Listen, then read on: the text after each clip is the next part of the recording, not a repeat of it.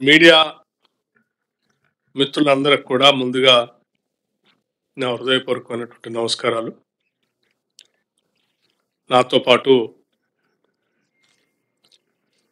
Finance department సంబంధించి special chief secretary Shri Ramakrishna Rao గారు, అట్లాగే finance principal secretary, planning principal secretary, incharge energy కూడా సందీప్ కుమార్ సుల్తానియా గారు, ఈ శాఖలకు సంబంధించి కొంత సమాచారం మీ ద్వారా రాష్ట్ర ప్రజలకి ఇవ్వాలనేటువంటి ఆలోచనతోనే ఈరోజు మీ ముందుకు వచ్చాం. ముఖ్యంగా రాష్ట్రానికి సంబంధించినటువంటి ఆర్థిక పరిస్థితికి సంబంధించి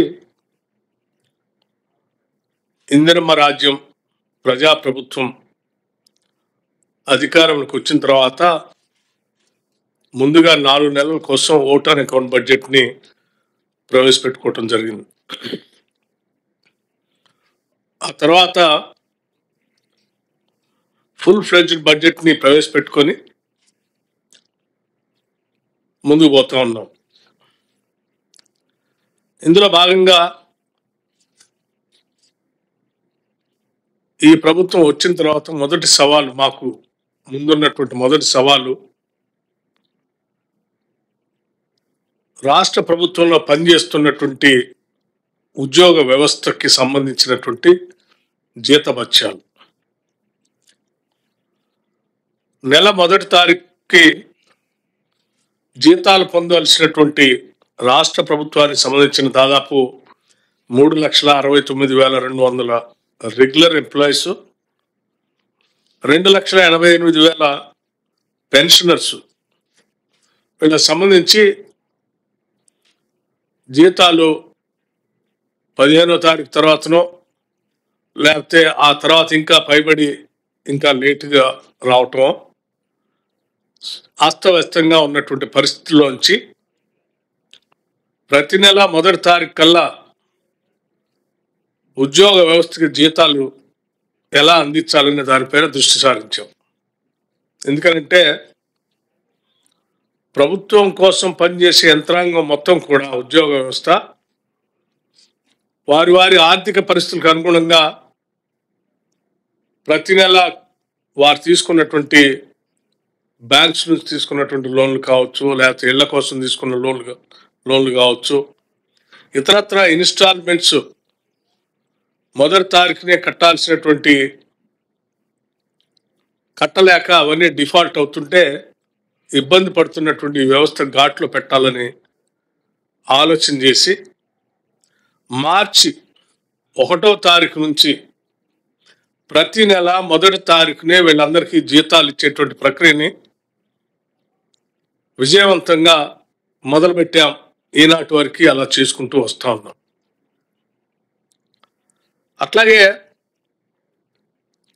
నిన్న మొన్న నేను చూస్తూ ఉన్నాను, ఇంత చిన్నాభిన్నం అంటే ఉద్యోగ వ్యవస్థకు కూడా జీతాలు ఇచ్చుకోలేనటువంటి పరిస్థితుల్లో చిన్నాభిన్నం చేసిన ఆనాటి టిఆర్ఎస్ ప్రభుత్వం మాట్లాడితే ఇప్పుడున్న ప్రభుత్వం అప్పులు చేసుకుంటూ పోతా ఉంది. చేసిన అప్పులతో ఏమీ వ్యవస్థల్ని నిర్మించట్లేదు, మాలాగా కాళేశ్వరం కట్టి కూల్చట్లేదు, ఏం చేస్తా ఉన్నారని అడుగుతా ఉన్నాం. రోజువారీ వారి వార్తలు చూస్తూ ఉంటే ఆర్థిక శాఖ మంత్రిగా పనిచేసినటువంటి వారు కానీ, లేకపోతే 10 సంవత్సరాలు ఇంకా ఆ ప్రభుత్వంలో ప్రముఖ పాత్ర పోషించినటువంటి వాళ్ళు కానీ రోజు అడ్డగోలుగా మాట్లాడుతూ ఉన్నారు. వారికి మేము చాలా స్పష్టంగా చెప్పదలుచుకున్నాం, మీ హయాంలో 2023 డిసెంబర్ వరకు 2023 మీరు తీసుకొచ్చింది 52,118 కోట్లు. ఈ ప్రభుత్వం వచ్చిన తర్వాత అప్పుగా చేసుకొచ్చింది 52,118 కోట్లు బారో చేశాం. అయితే తీసుకొచ్చిన ఈ అప్పుని మీరు చేసిన 7 లక్షల కోట్ల అప్పుకి ఆ అప్పులో ప్రిన్సిపల్ అమౌంట్ 10 ఏళ్ల తర్వాత మీరు ప్లాన్ చేసి ఆ 10 ఏళ్ళు మీరు ఖర్చు పెట్టుకొని పోతే 10 ఏళ్ల తర్వాత అప్పు కట్టేటువంటి భారం మా దగ్గరకు వచ్చే వరకల్లా వచ్చింది. ఆ ప్రిన్సిపల్ అమౌంట్ వడ్డీ కలిపి 64,516 కోట్ల రూపాయలు ఇప్పుడు బ్యాంకులకు చెల్లించాం.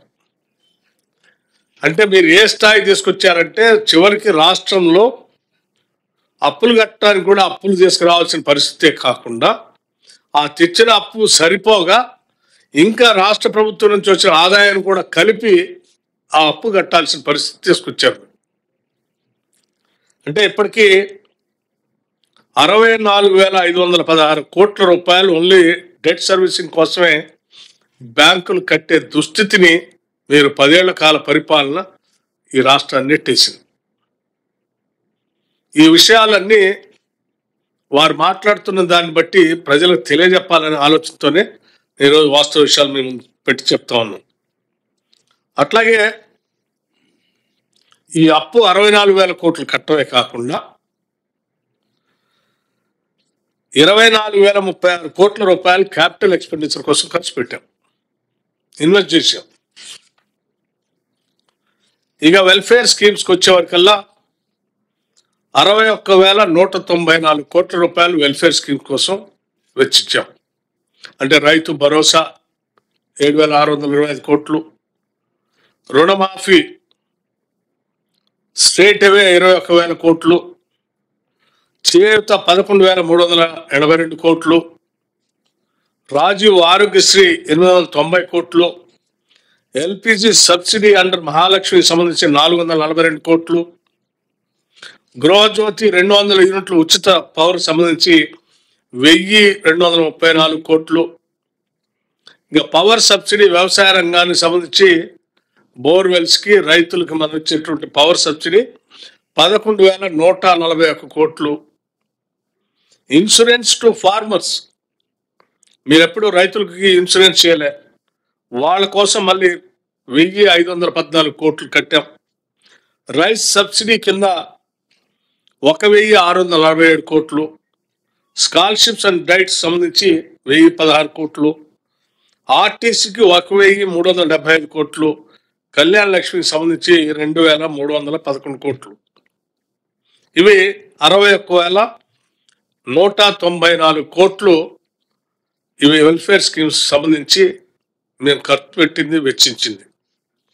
ఏది అప్పులు 64,516 కోట్లు కడుతూ ఈ 61,194 కోట్లు వెల్ఫేర్ స్కీమ్స్ కోసం ఖర్చు పెట్టాం. అట్లాగే శాలరీస్ అండ్ పెన్షన్స్ కలిపి 60,000 కోట్లు ఇప్పటి వరకు శాలరీస్ పెన్షన్స్ సంబంధించి 60,000 కోట్లు ఖర్చు పెట్టడం జరిగింది. ఇవి కాకుండా మీ ఇతరత్ర వెల్ఫేర్ స్కీమ్స్ సంబంధించి కూడా ఇంకో 10,000 కోట్లు ఖర్చు పెట్టాం. ఈ రకంగా వచ్చిన ప్రతి పైసాని సమర్థవంతంగా, అర్థవంతంగా, ఆలోచన భరితంగా ప్రజల మీద భారం వేయకుండా, అధిక పనులు వేయకుండానే మీరు కట్టిన తెచ్చిన వాటికి అప్పులు కడుతూ మళ్ళీ జీతాలు ఇస్తూ వెల్ఫేర్ స్కీమ్స్ అమలు చేస్తూనే మేము ఈరోజు ముందుకు పోతా ఉన్నామంటే దీనందరికీ కారణం ఈ రాష్ట్ర ప్రభుత్వం ముఖ్యమంత్రి రేవంత్ రెడ్డి గారి దగ్గర నుంచి మొదలు పెడితే క్యాబినెట్లో ఉన్న ప్రతి మంత్రి సంపూర్ణంగా దృష్టి సారించి ఈ రాష్ట్ర ఆర్థిక వ్యవస్థను మెరుగుపరచడం కోసం అందరూ కలిసి సమిష్టిగా పని చేయగలిగారు కాబట్టి ఇది సాధ్యమైంది, ఈరోజు చేయగలుగుతున్నాం కూడా. అట్లాగే ఇంకా మిగతా అంశాలకు వస్తే కూడా ఉద్యోగ అవకాశాలు మీరు అందరూ చూసే ఉంటారు. 10 ఏళ్ళు మీరు రాష్ట్రాన్ని అతలాకుతలం చేసి తెచ్చుకున్న రాష్ట్రంలో ఉద్యోగాల కోసం అల్లాడిపోతున్న నిరుద్యోగ యువకుల్ని గాలికి వదిలేసి కనీసం ఒక గ్రూప్ 1 పరీక్ష కూడా నిర్వహించకుండా వదిలేస్తే 10 ఏళ్ళు డిఎస్సి పరీక్షను కూడా నిర్వహించకుండా వదిలేస్తే వాటన్నిటిని సంపూర్ణంగా పబ్లిక్ సర్వీస్ కమిషన్తో సహా ప్రక్షాళన చేసి దాదాపు 56,000 మందికి నియామక పత్రాలు ఉద్యోగాలు ప్రభుత్వ ఉద్యోగాలు రిక్రూట్మెంట్ చేసి నియామక పత్రాలు కూడా ఇచ్చినటువంటి పరిస్థితి మీ అందరికీ తెలిసింది. ఇది వాస్తవం.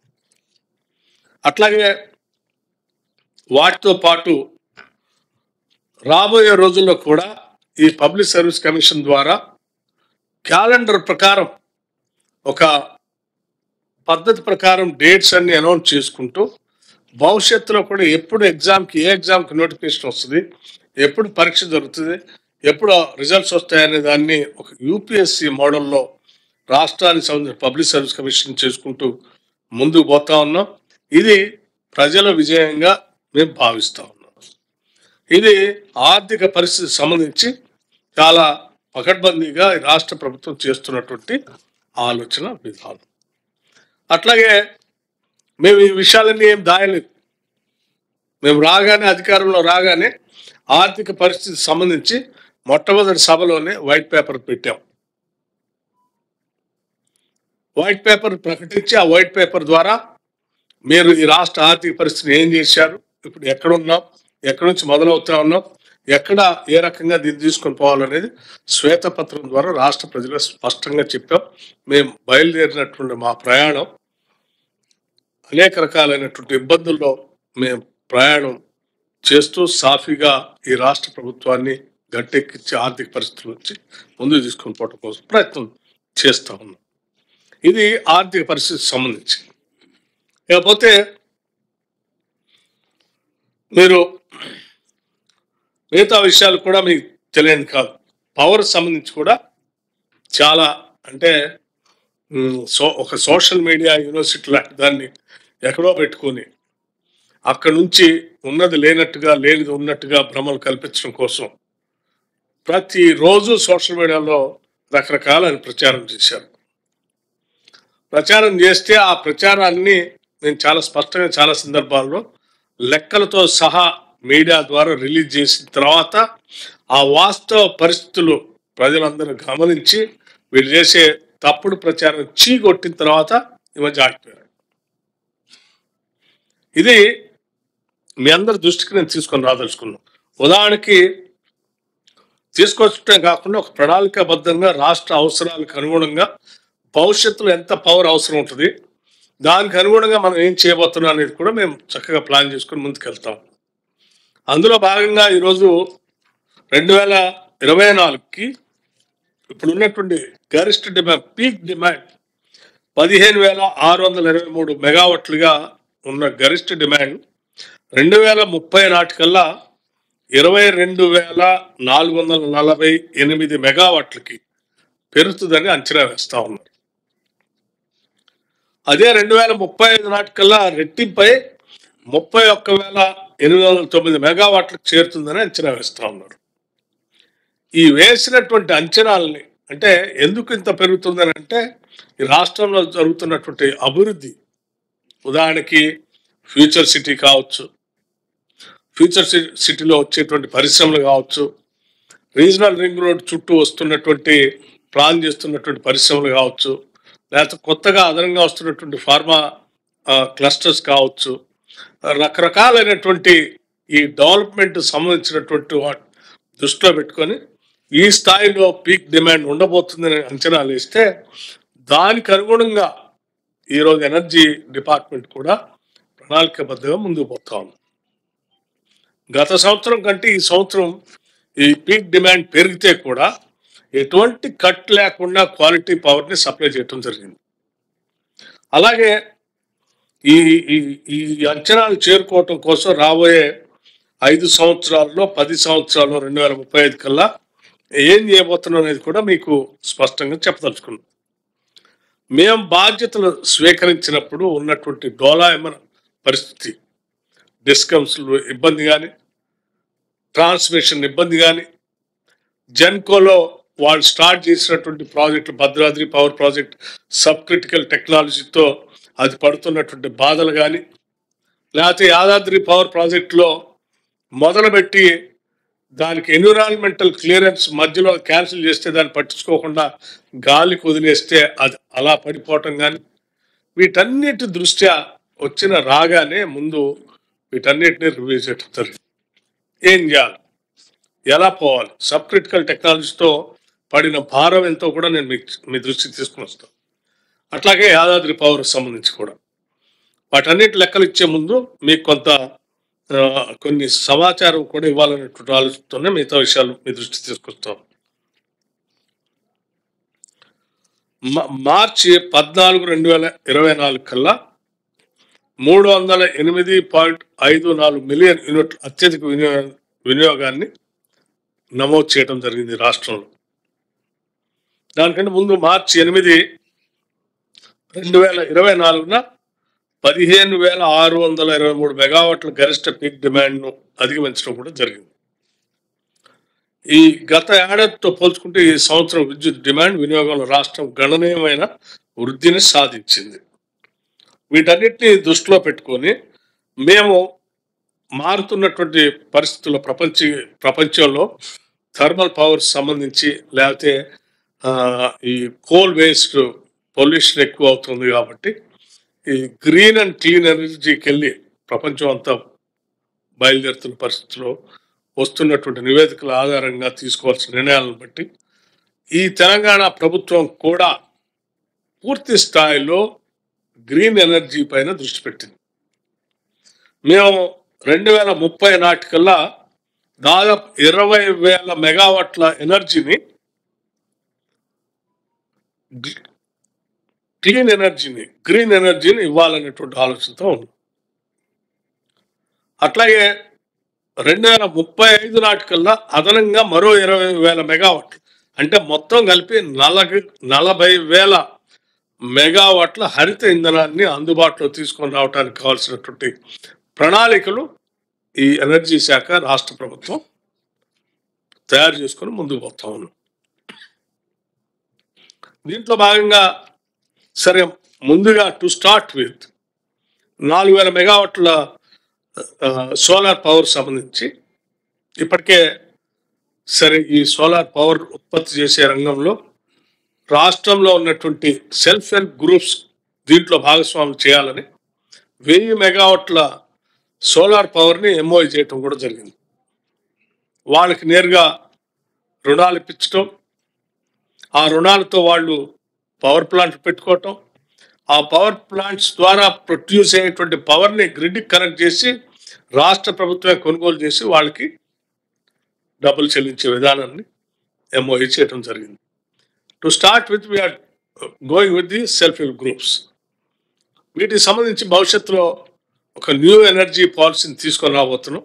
కొద్ది రోజుల్లోనే ఆ న్యూ ఎనర్జీ పాలసీ అనౌన్స్ చేసిన తర్వాత రాష్ట్ర వ్యాప్తంగా ఈ ఎనర్జీని డెవలప్ చేయడం కోసం ఏంటి పంప్ స్టోరేజ్ పవర్ కానీ, సోలార్ పవర్ కానీ, ఫ్లోటింగ్ సోలార్ కానీ, హైడ్రోజన్ పవర్ కానీ ఇత్యాది అనేక రకాలైనటువంటి ఆల్టర్నేటివ్ ఎనర్జీ,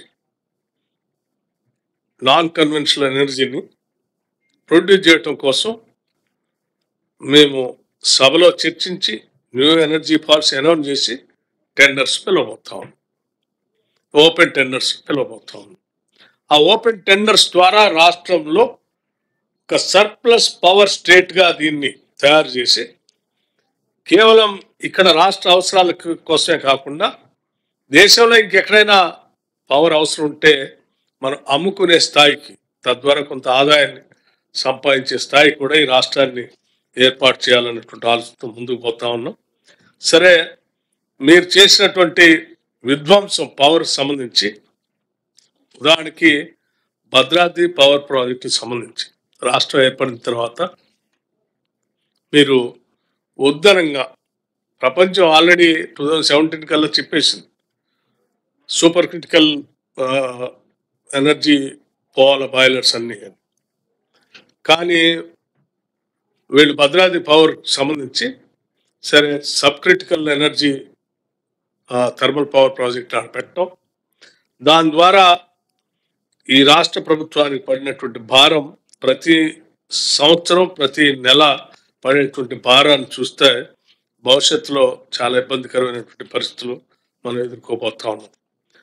సో ఇటువంటి ఇబ్బందులు లేకుండా ఉండాలనేటువంటి ఆలోచనతో మేము ఆనాడు కూడా చెప్పాం, ఇటువంటి మీరు సబ్ క్రిటికల్ టెక్నాలజీ పోవద్దు, సూపర్ క్రిటికల్ టెక్నాలజీకే పోవాలని చెప్పి డిమాండ్ చేసినప్పుడు కూడా వాళ్ళు పట్టించుకోకుండా దీంతోనే పోవటం వలన ఈరోజు రాష్ట్రం మీద చాలా భారం పడేటువంటి పరిస్థితి వచ్చింది. ఇది ఈ సబ్ క్రిటికల్ టెక్నాలజీ వలన అసలు కేంద్ర ప్రభుత్వం పర్మిషన్స్ కూడా ఇచ్చే డిలే చేసింది. దీనివల్ల 7 సంవత్సరాల కంటే ఎక్కువ సమయం పట్టింది. దీనివల్ల ప్రాజెక్ట్ వ్యయం పెరిగి రాష్ట్ర ప్రభుత్వం పైన భారం కూడా పడింది. అట్లాగే మీరు ఈ ప్రాజెక్టు వ్యయం 7,290 కోట్ల రూపాయలతో 20 నెలల్లో పూర్తి చేయాల్సి ఉంది. కానీ ఈ ప్రాజెక్టు పూర్తి చేయడానికి 7 ఏళ్లకు పైగా పట్టమే కాకుండా తుది ప్రాజెక్టు వ్యయం వచ్చి 7,290 కోట్ల నుంచి 10,515 కోట్లు పెరిగింది.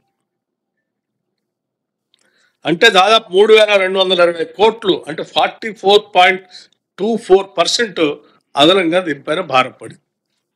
కేవలం ఇది సబ్ క్రిటికల్ టెక్నాలజీ కావటం వల్లనే, పర్మిషన్స్ ఇవ్వటానికి ఎవరు ముందుకు రాకపోవటం వల్ల డిలే అయ్యి చివరికి ఇంత భారం పడింది.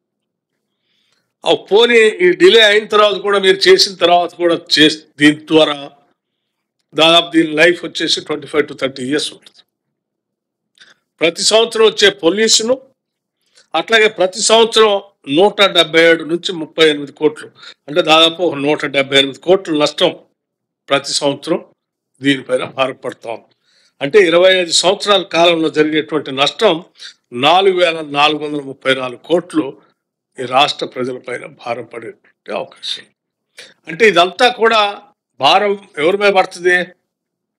మొత్తం ఇదంతా ప్రాజెక్ట్ కాస్ట్లో యాడ్ చేస్తే దాని ద్వారా ప్రొడ్యూస్ అయ్యేటువంటి పవర్ని లెక్కించి దాని యూనిట్లో డివైడ్ చేసి ప్రజలకు అమ్ముతారు.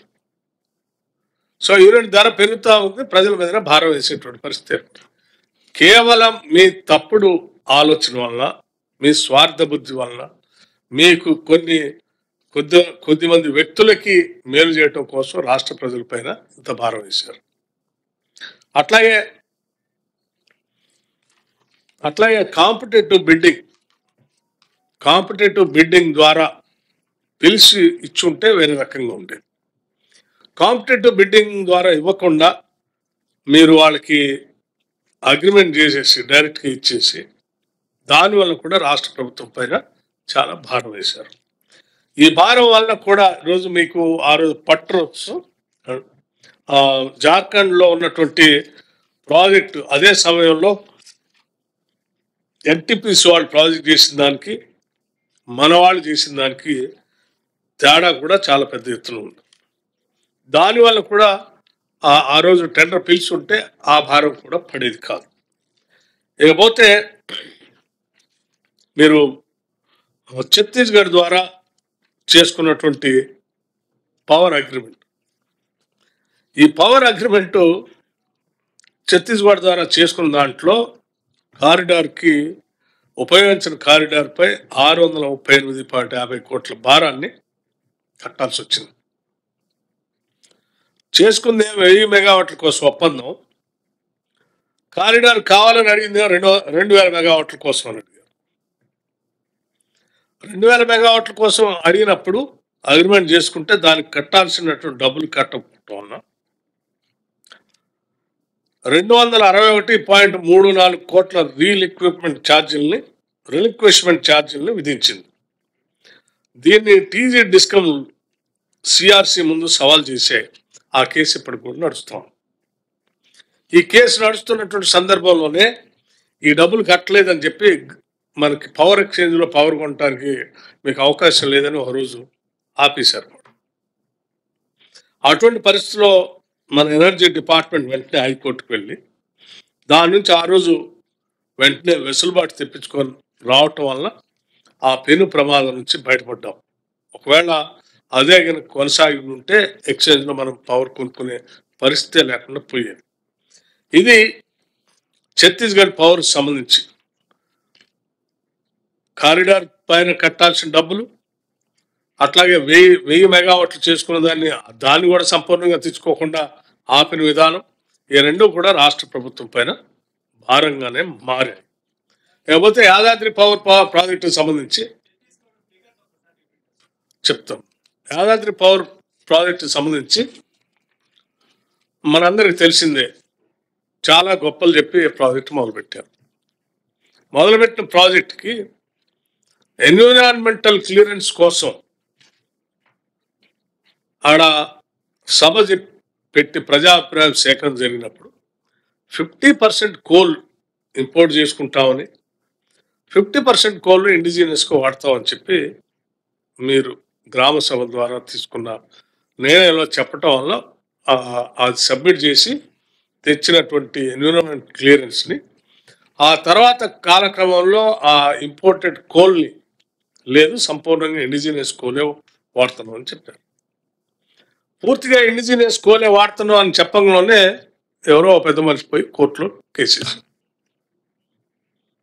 మీరు తీసుకున్నటువంటి జరిపిన సభ తీసుకున్న నిర్ణయం అన్ని తప్పుడు సమాచారం వచ్చి తీసుకున్నారు, దీన్ని క్యాన్సిల్ చేయాల్సి ఇస్తే వాళ్ళే సస్పెండ్ చేశారు.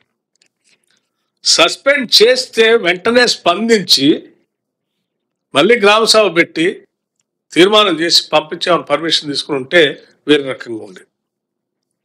ఇక దాన్ని పూర్తి గాలికి వదిలేశారు. గాలికి వదిలేస్తే ఆ తర్వాత అసలు ఎన్విరాన్మెంట్ క్లియరెన్స్ లేవు కాబట్టి కన్స్ట్రక్షన్ బాయిలర్స్ అన్నీ అయిపోయింది. సమయం గడిచిపోతా ఉంది, భారం పెరుగుతూ ఉంది, దానిపైన ఖర్చు కూడా పెరుగుతూ ఉంది.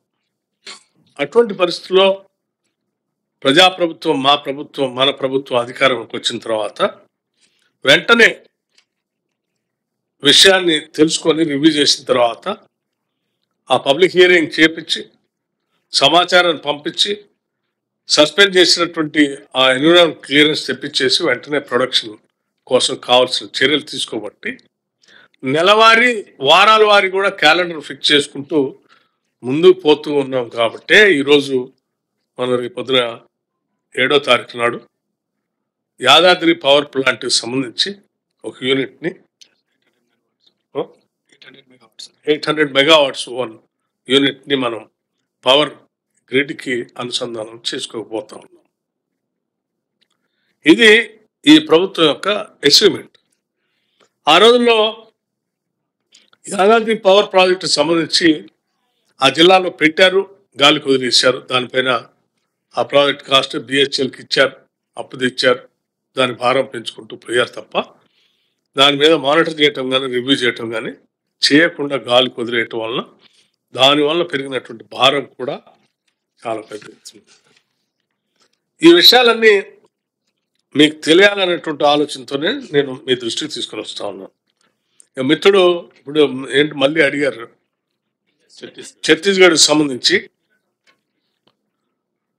ఛత్తీస్గఢ్ సరఫరా చేసే విద్యుత్ కాంట్రాక్ట్ సామర్థ్యం 1000 మెగావాట్లు.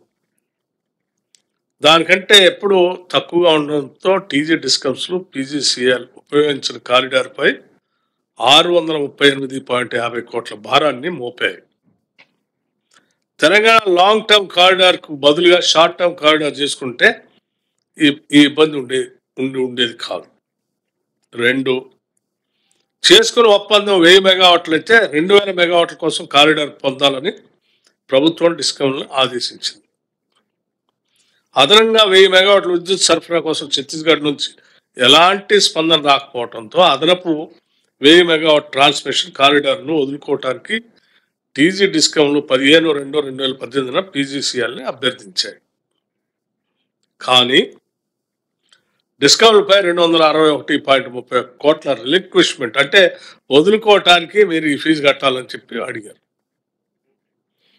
సో వదులుకుంటాం అన్నారు కానీ వాళ్ళు అడిగిన ఫీజు కట్టలేదు, అది అట్లాగే పెండింగ్ ఉంది, మన వాళ్ళు పోయి కోర్టుకు పోయారు. సో మీరు అది కట్టలేదు కాబట్టి ఎక్స్చేంజ్లో పవర్ కొనడానికి వీలు లేదని చెప్పి ఒక రోజు నిర్ణయం తీసుకొని ఆపేశారు. ఇది ఛత్తీస్గఢ్ పవర్ సంబంధించి. ఇంకా ఈ పవర్ సంబంధించి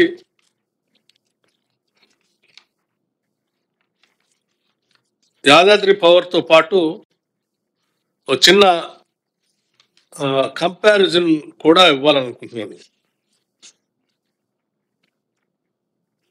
ఎన్టీపీసీ పట్రా 2 ప్రాజెక్ట్ అని ఒకటి ఉంది జార్ఖండ్.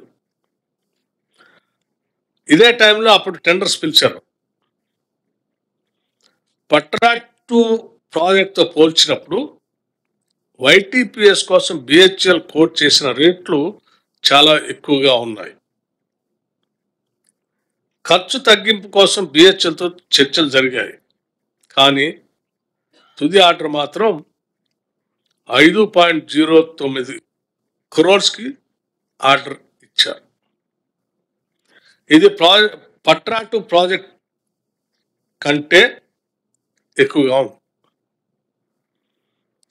దీని 5.98 యూనిట్గా వైటీపీఎస్ నుండి మొదటి సంవత్సరం టారిఫ్ అంచనా వేయటం జరిగింది. 1600 మెగావాట్ల ఎన్టీపీసీ రామగుండం ఫేజ్ 1 నుండి 5.55 యూనిట్ టారిఫ్తో పోల్చినప్పుడు ఇది ఎక్కువ. అట్లాగే 2400 మెగావాట్ల ఎన్టీపీసీ రామగుండం ఫేజ్ 2కి సమ్మతి ఇవ్వాలని తెలంగాణ ప్రభుత్వం సకాలంలో నిర్ణయం తీసుకొని ఉంటే డిస్కామ్లకు గణనీయమైన ఆదా జరిగేది. ఈ టారిఫ్ పోలిక ఎన్టీపీసీ రామగుండంతో పోలిస్తే అధిక ఉత్పత్తి వ్యయంతో వైటీపీఎస్ ఎంచుకోవాలని నిర్ణయం టీజీ డిస్కామ్ల మరియు రాష్ట్ర వినియోగదారులపై 25 సంవత్సరాల్లో 9,697 కోట్ల భారం పడబోతా ఉంది. రాష్ట్ర డిస్కామ్లపై 9,697 కోట్ల భారం పడబోతాం. అంటే నేను 10,000 కోట్ల భారం పడతాం.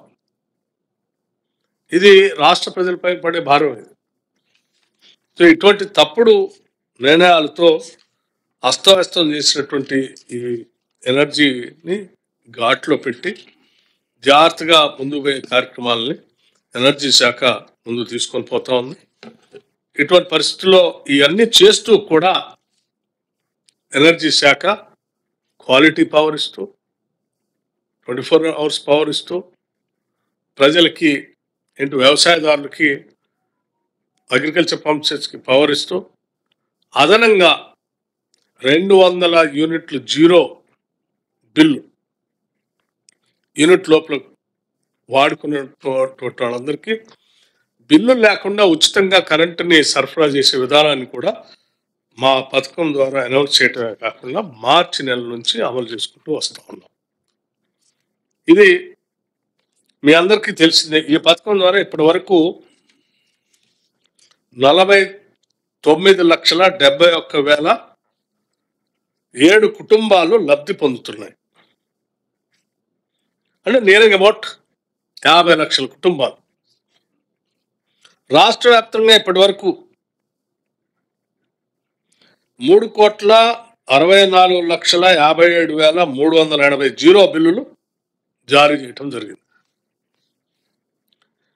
ఈ పథకం ద్వారా ప్రజలకి 1,336 కోట్లు ఆదా అయ్యాయి. ఈ ఆదాయన డబ్బును వారి అవసరమైన మరియు ఇతర ఉత్పాదక ఉపయోగాలకు ఖర్చు చేసుకోగలుగుతున్నారు. ఇది 200 యూనిట్స్ ద్వారా ఈ రాష్ట్ర ప్రభుత్వం చేసేటువంటి కార్యక్రమం. దీంతో పాటు రాష్ట్రంలో ఉన్నటువంటి విద్యా సంస్థలన్నిటికీ, స్కూల్స్ కానీ కాలేజెస్ కానీ ఆల్ ఎడ్యుకేషనల్ ఇన్స్టిట్యూషన్స్కి ఉచితంగా కరెంటు ఇవ్వాలి. తద్వారా విద్యా వ్యవస్థలపైన భారం పడకుండా వాళ్ళు బిల్లులు కట్టకపోతే కరెంట్ కట్ చేసి ఆడ చదువుకునేటువంటి డిజిటల్ ఎడ్యుకేషన్ కానీ మిగతా దానికి డిస్టర్బ్ కాకుండా ఉండాలనేటువంటి ఆలోచనతో సెప్టెంబర్ 2024 నుండి 39,067 విద్యా సంస్థలకు ఉచిత విద్యుత్ అందించడానికి ఈ ప్రభుత్వం ఒక వినూత్న పథకాన్ని ప్రారంభించింది. మా ప్రభుత్వం దీనికోసం ప్రభుత్వం సెప్టెంబర్ నవంబర్ 2024 నుండి 198.87 కోట్లు అంటే దాదాపు 199 కోట్లు ఖర్చు చేసింది. ఇదంతా కూడా విద్యార్థులు చదువుకోవటానికి ఉపయోగపడేటువంటి ఎడ్యుకేషనల్ ఇన్స్టిట్యూషన్స్కి పెద్ద ఎత్తున ఉపయోగపడింది. అట్లాగే విద్యా సంస్థలకి రూఫ్ టాప్ సోలార్ పవర్ ప్లాంట్లని అందించడం ద్వారా విద్యా సంస్థలు నమ్మకమైన మరియు నాణ్యమైన విద్యుత్తుని అందించాలనేటువంటి ఆలోచనతో కూడా ప్రణాళికాబద్ధంగా ముందుకు పోతా ఉన్నాం. వీటితో పాటు మీ అందరికి తెలిసిందే, మనకి గతంలో ఆరోగ్య శాఖకు సంబంధించి 108 ఉండేది. ఫోన్ చేస్తే ఎక్కడైనా ఎమర్జెన్సీగా ఏదైనా ప్రమాదం జరిగితే అంబులెన్స్కి ఫోన్ చేయాలని అమ్మట వచ్చి, అట్లాగే ఈ కరెంటు విద్యుత్ శక్తికి సంబంధించి కూడా ఒక ఎమర్జెన్సీ రెస్పాన్స్ టీంని సంబంధించి రాత్రి పగలనేది లెక్క లేకుండా పనిచేసేటువంటి ఒక టీంని కూడా ఏర్పాటు చేయడం జరిగింది. ఈ టీంకి కావాల్సినటువంటి మొబైల్ వెహికల్స్ కూడా అందించడం జరిగింది. ఆ మొబైల్ వెహికల్స్లో మినిమం అంటే వెంటనే పోయి ట్రీట్మెంట్ చేయడానికి ఎక్కడైనా ఆగిపోతే అందులో చిన్న ట్రాన్స్ఫార్మరు, లేకపోతే వైరు, లేకపోతే మిగతా దానికి సంబంధించిన సామాను అన్నీ ఆ ట్రక్లో వేసుకొని ఆ మొబైల్ వ్యాన్స్ తిరిగే విధంగా రాష్ట్ర వ్యాప్తంగా కూడా మేము వీటిని ప్రారంభోత్సవం చేసాం. ముందుగా హైదరాబాద్ నగరంలో ఈ మొబైల్ వ్యాన్స్ మొదలుపెట్టాం. అట్లాగే ఈ ఈ ఉత్పత్తి మేము ఇంతకుముందు చెప్పాను నేను, మీరు 2029-30 నాటికి 2035 నాటికి పెరిగేటువంటి పీక్ డిమాండ్ దృష్టిలో పెట్టుకొని ప్రొడక్షన్ పెంచడమే కాకుండా ట్రాన్స్మిషన్ కూడా పెంచుకోవటం కోసం పెద్ద ఎత్తున నెట్వర్క్ని మేము బలోపేతం చేస్తాను. ఉదాహరణకి టీజీ ట్రాన్స్కో రాబోయే వేసవి 2025 గరిష్ట డిమాండ్ 16,877 మెగావాట్లు మరియు 2030 నాటి వరకు రాబోయే 5 సంవత్సరాల్లో 22,488 మెగావాట్ల గరిష్ట డిమాండ్ తీర్చడానికి కావాల్సిన విధంగా మేము 355 కోట్ల అంచనా వ్యయంతో 220 KV Bowrampet substation, 200 KV Husnabad substation, 132 KV Sitarambagh substation నిర్మాణాన్ని చేపట్టడం జరుగుతోంది.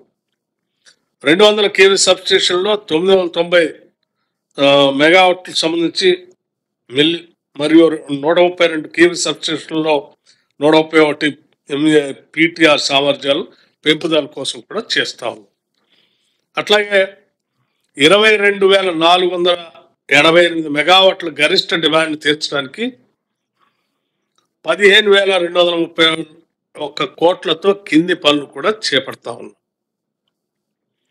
2,743 కోట్ల అంచనాతో 400 కేవీ, 220 కేవీ మరియు 132 కేవీ సబ్స్టేషన్లో 193 పీటీఆర్ల పెంపు కూడా చేస్తా ఉన్నాం. 10,640 కోట్ల అంచనా వ్యయంతో 478 కేవీ, 220 కేవీ మరియు 132 కేవీ సబ్స్టేషన్ల నిర్మాణం కూడా చేపడతా ఉన్నాం. 1,848 కోట్ల అంచనా వ్యయంతో 220 కేవీ మరియు 132 కేవీ లో వోల్టేజ్ లెవెల్స్తో 55 కొత్త ప్రత్యామ్నాయ ట్రాన్స్మిషన్ లైన్ నిర్మాణం కూడా చేపడుతున్నాం. ఇప్పటికే ఉన్న సబ్స్టేషన్లో ఫీడర్లు అన్నింటినీ కూడా ఆటోమేషన్ చేయబోతా ఉన్నాం. గ్రేటర్ హైదరాబాద్లోని 228 సబ్స్టేషన్లు స్కాడాతో అనుసంధానం చేస్తున్నాం. మనం కొత్త స్టేషన్లు జోడించడంతో పాటు కొత్తగా 312 సబ్స్టేషన్లు నిర్మించాలని నిర్ణయం చేయటం కాకుండా భారీ వర్షంతో మన ఈ మధ్య మీ అందరికి తెలిసిందే దెబ్బతిన్నటువంటి సబ్స్టేషన్లు కానీ, వైర్లు కానీ, లేకపోతే టవర్స్ కానీ అన్నిటిని కూడా వార్ ఫుట్లో పనిచేసి మనం ఈ రాష్ట్రంలో ఎటువంటి ఇబ్బంది లేదు. Energy department is ever ready for any kind of rescue management అని ప్రూవ్ చేయగలిగాం. ప్రస్తుతం ఇవన్నీ చేస్తూ భవిష్యత్తులో మనం పవర్ని పెంచుకోవటం కోసం కావలసిన కార్యాచరణ ప్రణాళికను కూడా తయారు చేస్తూ ముందుకు పోతున్నాం. పునరుత్పాదక శక్తి సామర్థ్యం ప్రస్తుతం 8,900 మెగావాట్ల వద్ద ఉంది. సౌర శక్తి 6,500 మెగావాట్లు మరియు హైడ్రో 2,400 మెగావాట్లు తోడ్పడింది. వీటన్నిటిని దృష్టిలో పెట్టుకొని రేపు పొద్దున పంప్ స్టోరేజ్ ప్రాజెక్టులు మిగతాన్ని చేపడుతూ ముందుకు పోతా ఉన్నాం. వీటిలో ప్రధానంగా బ్యాటరీ శక్తి నిల్వ చేసేటువంటి ప్రాజెక్టు కూడా టాప్ ప్రయారిటీ తీసుకొని పోతున్నాం. ఎందుకంటే డే టైంలో సోలార్తో పవర్ ప్రొడక్షన్ వస్తుంది, నైట్ పవర్ ఉండదు. కాబట్టి ఆ ప్రొడ్యూస్ అయిన పవర్ని స్టోర్ చేసుకోవటం కావాల్సినటువంటి బ్యాటరీ స్టోరేజ్ కూడా దృష్టి సారించి ముందుకు పోతున్నాం. తద్వారా తక్కువ ధరకే పవర్ అందించడానికి అవకాశం ఉంటుంది. అట్లాగే సరే, మేము ఇప్పటికే చాలా ఐడెంటిఫై చేసాం, భవిష్యత్తులో కూడా ఇంకా ఐడెంటిఫై చేసి మేము న్యూ ఎనర్జీ పాలసీ డిక్లేర్ చేసిన తర్వాత ఎక్కడెక్కడ పంప్ స్టోరేజ్ ప్రాజెక్టులు చేపట్టబోతున్నాం, సోలార్ ఎక్కడ తీసుకోబోతున్నాం, ఫ్లోటింగ్ ఎక్కడ తీసుకోబోతున్నాం, హైడ్రోజన్ ఎక్కడ తీసుకోబోతున్నాం, ఇవన్నీ కూడా ప్లేస్తో సహా ప్రకటిస్తాం. అట్లాగే ఎలక్ట్రికల్ ఛార్జింగ్ స్టేషన్ సంబంధించి మనందరికి తెలిసింది, బస్సులు కానీ వెహికల్స్ కానీ అన్నీ బ్యాటరీ బేస్డ్ ఎక్కువగా వస్తూ ఉన్నాయి. డీజిల్ పెట్రోల్ కన్జంప్షన్ తగ్గిపోయి ఈ వెహికల్స్ ఎక్కువ వచ్చినప్పుడు ఆ ఛార్జింగ్ స్టేషన్స్ కూడా ఎక్కువగా అవసరం ఉంటుంది. కాబట్టి వాటిని కూడా దృష్టిలో పెట్టుకొని ఆ పవర్ పెంచే కార్యక్రమం కోసం ఛార్జింగ్ స్టేషన్స్ కూడా పెంచుతూ ఉన్నాం. పవర్ సంబంధించి నేను రాష్ట్ర ప్రజలందరికీ ఈ ఇందిరమ్మ ప్రభుత్వం మీ ద్వారా మాటిస్తా ఉన్నాం, ఎటువంటి ఇబ్బంది లేకుండా క్వాలిటీ పవర్ని నిత్యం మానిటర్ చేస్తూ కంట్రోల్ చేస్తూ ప్రజలకి అందించేటువంటి కార్యక్రమాలు చేపడతాం. అట్లాగే క్లీన్ అండ్ గ్రీన్ ఎనర్జీని ఈ రాష్ట్రంలో పెద్ద ఎత్తున చేపట్టి తెలంగాణ మోడల్గా ఈ రాష్ట్రంలో ఈ తెలంగాణ మోడల్ పవర్ ప్రాజెక్ట్స్ అన్ని దేశాన్ని ఆకర్షించే స్థాయిలో మనం ముందుకు తీసుకొని పోతాం. అట్లాగే ఇది పవర్ సంబంధించి ఇప్పటికే చాలా సార్లు డిస్కషన్ జరిగినాయి, చెప్పాల్సినవి చెప్పాం. వీటి మీద ఇంకా మన సోషల్ మీడియా పెట్టుకొని ఆ మీడియాతో ప్రజల నుంచి బయట పంపిస్తే ప్రజలంతా తిరస్కరిస్తే కూడా సోషల్ మీడియాలో బతుకుతాం అనుకున్నటువంటి కొద్దిమంది చేసేటువంటి ప్రచార కార్యక్రమాలన్నిటికీ కూడా సమాధానం చెప్పడానికి లేకపోతే చర్చించడానికి కూడా మేము సిద్ధంగా ఉన్నాం. ఇది ఎనర్జీ సంబంధించి. లేకపోతే ప్లానింగ్ శాఖ కూడా ఉంది. ప్లానింగ్ శాఖ సంబంధించి కొన్ని ముఖ్యమైనటువంటి అంశాలు కూడా మీకు చెప్పాలి. రాష్ట్రానికి సంబంధించి ఒక విజన్ డాక్యుమెంట్ ప్లానింగ్ శాఖ ద్వారా 2047 2047 వరకు, అంటే 100 years కంప్లీట్ చేసుకోబోతూ ఉంటాం స్వాతంత్రం వచ్చి. ఆనాటి వరకు ఒక విజన్ డాక్యుమెంట్ని, తెలంగాణ రాష్ట్రానికి కావాల్సిన విజన్ డాక్యుమెంట్ని కూడా అన్ని రంగాలు, agriculture, industry, power, infrastructure, education, health, service sector, rural development, women, వీటన్నిటి మీద ఒక సమగ్రమైనటువంటి ఒక విజన్ డాక్యుమెంట్ని ప్లానింగ్ శాఖ తయారు చేస్తాం. తెలంగాణ రాష్ట్రానికి ఒక దిశ నిర్దేశించే మార్గదర్శకం తయారు చేస్తాం. అట్లాగే ఇక ఇంకో అతి ముఖ్యమైనటువంటి కార్యక్రమం కూడా చేస్తాం. అది ప్లానింగ్ శాఖ నుంచి ప్రజాపాలన. ప్రజాప్రభుత్వం అధికారంలోకి వచ్చిన తర్వాత వెంటనే మీ అందరూ తెలిసిందే, ప్రజాపాలనకు సంబంధించి ఒక వారం రోజులు సభలు పెట్టి, గ్రామ సభలు పెట్టి మేము అప్లికేషన్స్ కూడా చాలా తీసుకున్నాం. ఈ ప్రజాపాలనకు సంబంధించినటువంటి సమగ్రమైన సమాచారం డిజిటలైజేషన్ చేసి దాదాపు 6 days 1.28 crores అప్లికేషన్స్ వచ్చాయి ప్రజాపాలన. వీటన్నిటిలో నుంచి డిజిటలైజేషన్ చేసి మా దగ్గర సమగ్రమైన సమాచారం పెట్టుకున్నాం. దాంట్లోంచే గ్యాస్ సిలిండర్ సంబంధించి 500 రూపాయలకి గ్యాస్ సిలిండర్ ఇచ్చేది, కానీ 200 యూనిట్ లోపల గృహజ్యోతి కింద పవర్ వాడుకునే దాని గురించి కానీ ఆ సమాచారం నుంచి తీసుకున్నాం. ఆ తర్వాత కూడా ఈ ప్రజాపాలన సంబంధించి అప్లికేషన్స్ పెట్టుకున్నటువంటి వాళ్ళే ఆ అప్లికేషన్స్ కరెక్షన్ చేసుకోవటానికి మండల ఆఫీసుల్లో, అట్లాగే అర్బన్ సెంటర్స్లో, డివిజన్ కార్యాలయాల్లో కూడా దానికి వెసులుబాటు ఇచ్చాం. ఇది నిరంతరం కంటిన్యూస్గా జరుగుతాం. ఇది ప్రజాపాలన సంబంధించి.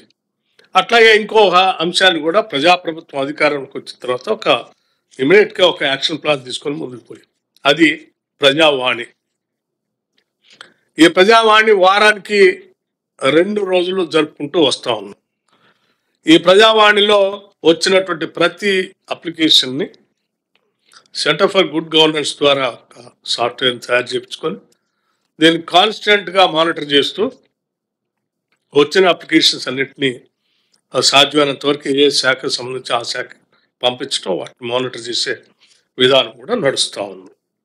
అట్లాగే ఈ ప్రజాపాలన ప్రజావాణితో పాటు ఇంకో అతి ముఖ్యమైనటువంటి కార్యక్రమాన్ని కూడా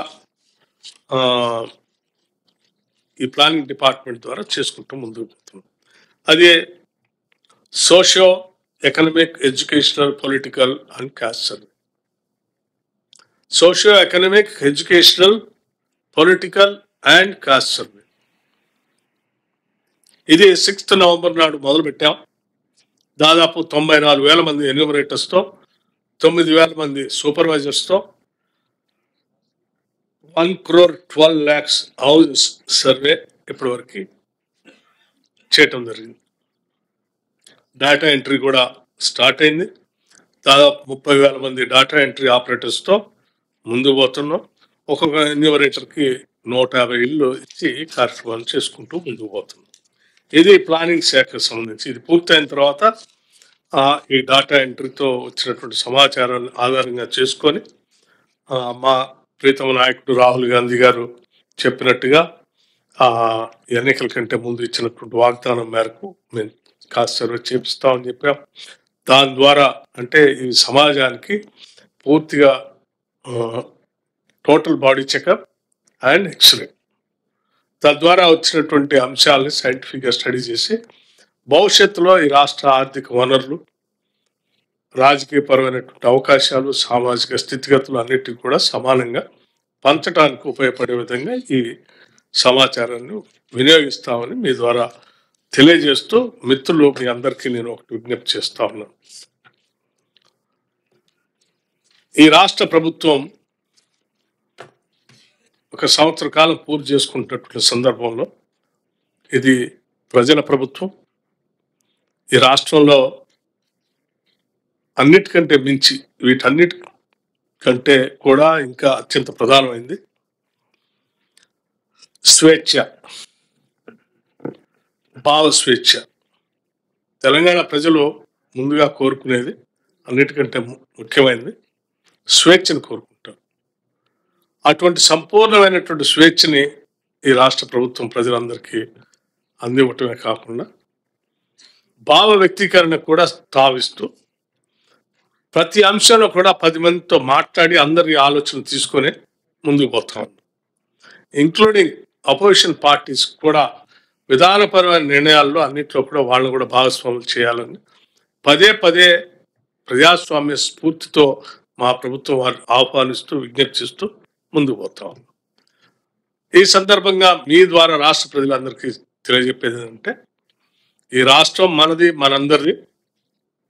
ఈ రాష్ట్ర ప్రజల ఆస్తులు, వనరులు, సంపద ప్రజలకే చెందాలని, ప్రజలకే పంచబడాలని, ప్రజల కోసం వినియోగించాలని, వారి ఆత్మగౌరవం కోసం, స్వేచ్ఛ కోసం, వారి జీవితాల్లో వెలుగు నింపడం కోసమే వీటిని వాడాలని, వాడతామని చాలా స్పష్టంగా మీ ద్వారా రాష్ట్ర ప్రజలందరికీ తెలియజేస్తూ, రేపు 7, 8, 9 తారీఖుల్లో హైదరాబాద్ నగరంలో సెక్రటేరియట్ ముందు, నెక్లెస్ రోడ్డు, వీటన్నిటిలో కూడా ఒక పెద్ద, అంటే రాష్ట్ర పండుగ 9వ తారీఖు నాడు ముగింపు ఉత్సవాలు, కార్నివాల్ జరుగుతున్నాయి. అందరూ కూడా నగరవాసులతో పాటు రాష్ట్రంలో ఉన్నటువంటి ప్రజలందరూ కూడా పాల్గొనాల్సిందిగా విజ్ఞప్తి చేస్తూ నేను ముగిస్తా ఉన్నాను. థ్యాంక్ యూ, ధన్యవాదాలు.